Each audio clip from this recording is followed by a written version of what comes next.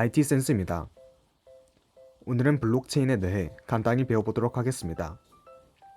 우선 블록체인이 나온 배경에 대해 알아보도록 하겠습니다. 우선 여러분이 은행에 돈을 보관한다고 생각해봅시다.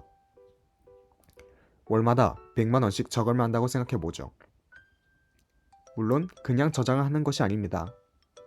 여러분이 돈을 저금할 때마다 은행이나 정부 등의 주요 기관이 그에 해당하는 기록을 저장하고 보관할 것입니다. 꽤나 안정적으로 느껴질 수 있죠. 그러나 여기에는 한 가지 큰 문제점이 있습니다. 결국 은행, 정부도 제3자, 즉 타인이라는 것입니다. 은행이 해킹을 당하여 정보를 잃을 수도 있고 은행이 실수를 할 수도 있습니다. 게다가 대공황이나 IMF 등의 금융위기 등을 보면 은행을 맹신한 것은 좋지 않습니다.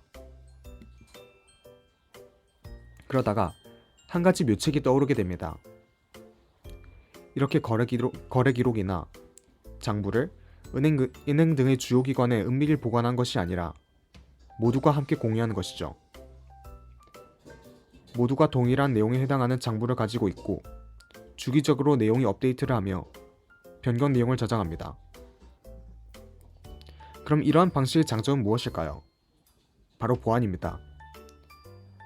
5명의 서로 모르는 사이인 사람들이 각자 동일한 내용의 재산 장부를 가지고 있다고 생각해 봅시다.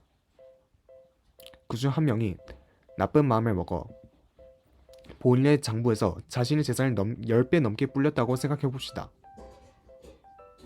그러나 이렇게 한다고 해서 그의 재산이 실제로 늘어난 것은 아닙니다.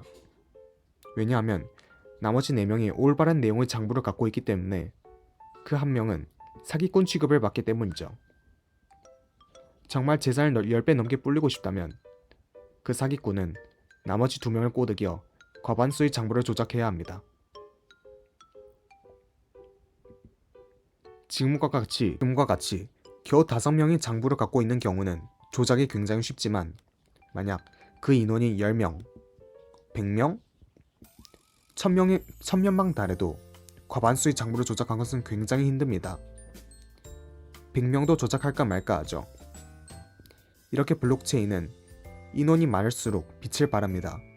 그리고 그 영역은 금융 외에도 정치, 사회, 경제 등을 포괄할 정도로 굉장히 넓습니다.